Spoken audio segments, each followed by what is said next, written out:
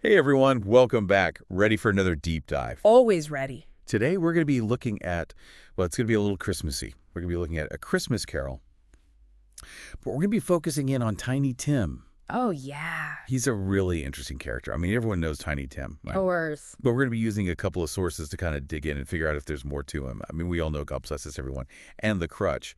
But is there something else going on? Right. I mean, is he just a symbol of innocence? Or is there more? Yeah.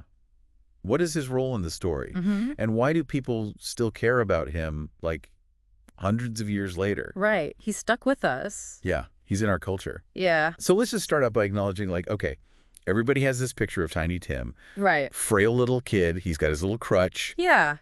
Super sweet. Super sweet kid. He's always saying the nicest things. Yeah. He's definitely the go-to image of, like, an innocent child, especially at Christmas time. Right. But what's really interesting is when you actually dig into the story, you see that Dickens actually gives him a lot more depth than that. Yeah. Like, he doesn't just use him as, like, a prop. Yeah, and one of the sources actually says that Tiny Tim, like, wishes that his disability would remind people of Christ.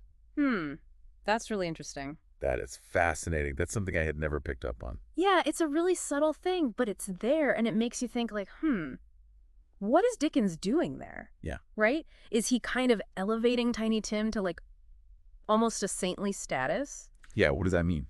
And also, what does that then say about the responsibility of, like, the people who are well off for the people who aren't? Right. Right? Because he's making that comparison between Tiny Tim and Christ. Yeah. And it makes you really think about, like, whoa, okay, so the way we treat the poor is a reflection of how we would treat Christ, you know? Wow. So it's a very powerful statement he's making there. Yeah.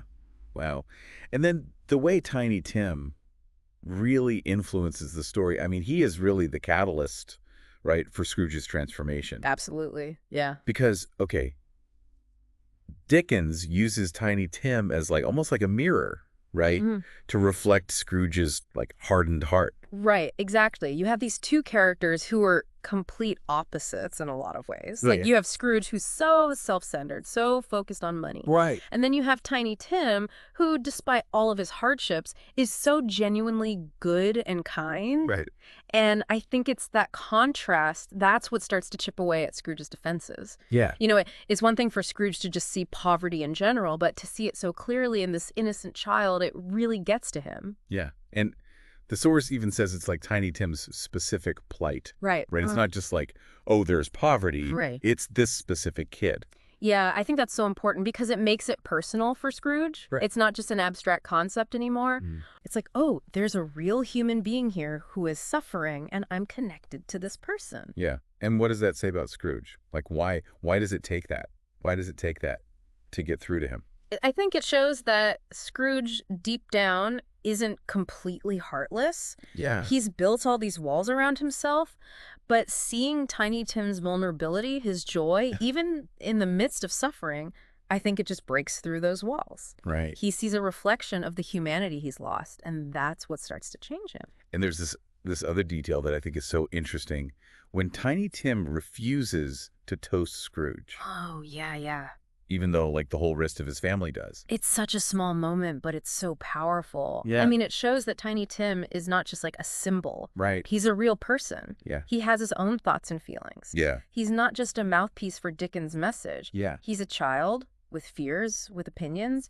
He's making a choice. Right. And it makes him so much more real and so much more vulnerable. Yeah. You know, you realize he's not just blindly accepting everything. Yeah. He sees the bad in Scrooge, but he also chooses to be kind. Yeah. And it's like he understands more than he lets on. Right. Exactly. But he's still trying to be good. He's still trying to see the good in people. And, you know, it's funny. All of this connects back to like why this story still resonates with us today. Yeah. Because Dickens, he wasn't just writing a cute Christmas story. Right. He was trying to say something about the world he was living in. Exactly. He was shining a light on social injustice. Right. The problems of poverty. Right. Inequality, lack of compassion. I mean, these Yeah. are things that we're still dealing with today. Yeah. Yeah, they haven't gone away. It's just the context is different. Right. And that's what makes A Christmas Carol so timeless. Yeah. Because it's not just about a specific time period. It's about these fundamental human experiences. Yeah, I think everyone has met someone or seen someone where it's like they're going through something really difficult. And they still have, like, the strength to be kind and the strength to keep going. Absolutely. And that's the power of Tiny Tim.